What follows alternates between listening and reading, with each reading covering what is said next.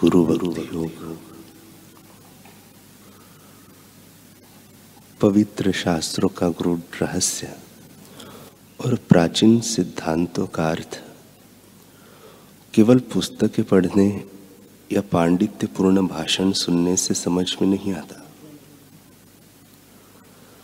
जो भाग्यशाली शिष्य गुरु के साथ आजीवन रहकर उनकी सेवा करते हैं और गुरु के प्रति आदर तथा भक्ति भाव रखते हैं, उनको तत्वमसि अहम ब्रह्मास्मि सर्वम खल्विदम ब्रह्म अयम आत्मा ब्रह्म आदि उपनिषदों के कथन अच्छी तरह समझ में आते हैं और उनके अर्थ का साक्षात्कार होता है। गुरु कृपा आत्मा का अंतर्दर्शन कराती है। अनेक बार की विनती और कठिन कसौटी के बाद ही सद्गुरु अपने विश्वसनीय शिष्य को उपनिषद की विद्या प्रदान करते हैं। उपनिषद की परंपरा के मुताबिक आचार्य ब्रह्म विद्या का रहस्य अपने योग्य पुत्र अथवा तो विश्वसनीय शिष्य को दे सकते हैं और किसी को नहीं। फिर वह चाहे कोई भी हो और भले ही चारों ओर से पानी से आवृत वैभव से समृद्ध सारी पृथ्वी गुरु को देने के लिए तैयार हो तो भी। आचार्य यदि वेदांत का सच्चा अर्थ जानते हो और जीवन की विभिन्न अवस्थाओं में उसे किस प्रकार लागू किया जा सकता है यह समझाते हो, तो एक बालक को भी वे वेदांत सिखा सकते हैं। जो मुक्तात्मा पावनकारी गुरु है, वे शांति और आनंद स्वरूप है। वे समदृष्टि वाले और स्थित प्रज्ञ है। उनके लिए मान अपमान स्तुति निंदा सुख दुख समान है। वे काम क्रोध लोभ मद और मत्सर से मुक्त है।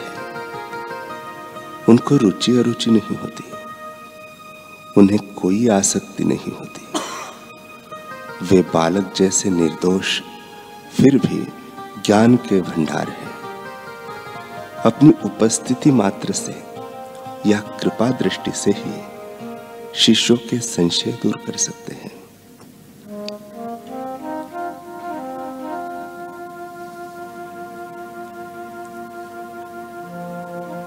ब्रह्म को जानने का मार्ग क्या है?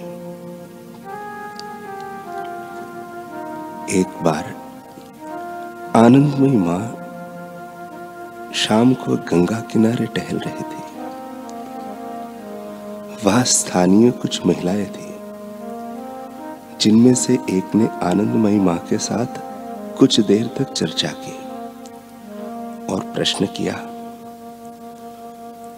कि इस दुनिया में रहते हुए ब्रह्म को कैसे जाना जा सकता है। मां ने हंसकर कहा, दुनिया है तब ब्रह्म कहा। जब तक दृष्टि सृष्टि है तब तक ब्रह्म की धारणा नहीं की जा सकती। जब ब्रह्म का साक्षात्कार होता है तब दुनिया नहीं रहती, केवल एक ब्रह्म ही रहता है।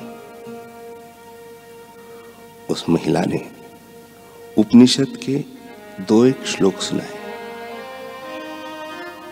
मां हंसती हुई बोली, अरे यह तो सब जानती है। अपने शरीर की तरफ इशारा करते हुए कहा, यह शरीर तो यह सब कुछ नहीं जानता। इस शरीर ने पढ़ना लिखना कुछ नहीं सीखा। महिला ने पुनः पूछा, क्यों? दुनिया में रहते हुए ब्रह्म को जाना नहीं जा सकता? ब्रह्म को पाने का रास्ता भी तो है। मां ने कहा, हाँ वह तो है ही। वह मार्ग है सद्गुरु वचनों का पालन। महिला के जाने के बाद मां ने कहा, मन बुद्धि द्वारा ब्रह्म को जानने की कोशिश करने से इस तरह ही होता है। विचार द्वारा कुछ जानने से आंशिक ज्ञान लाभ होता है, कारण कि मन का स्वभाव है खंड रूप से देखना। तभी इस तरह की बातें आती हैं, ऐसा होगा, ऐसा नहीं होगा।